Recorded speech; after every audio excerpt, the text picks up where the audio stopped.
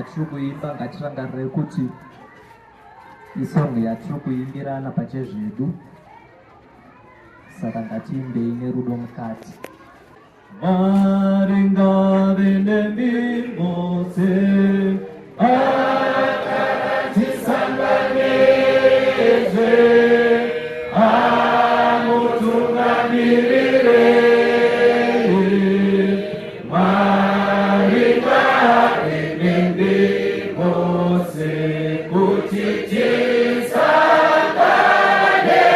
tose, kuti tisangane tena Yesu, kuti tisangane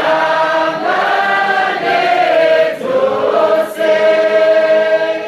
Mwari ngave nemi mose, Mwari ngave nemi mose, niye unomutendeta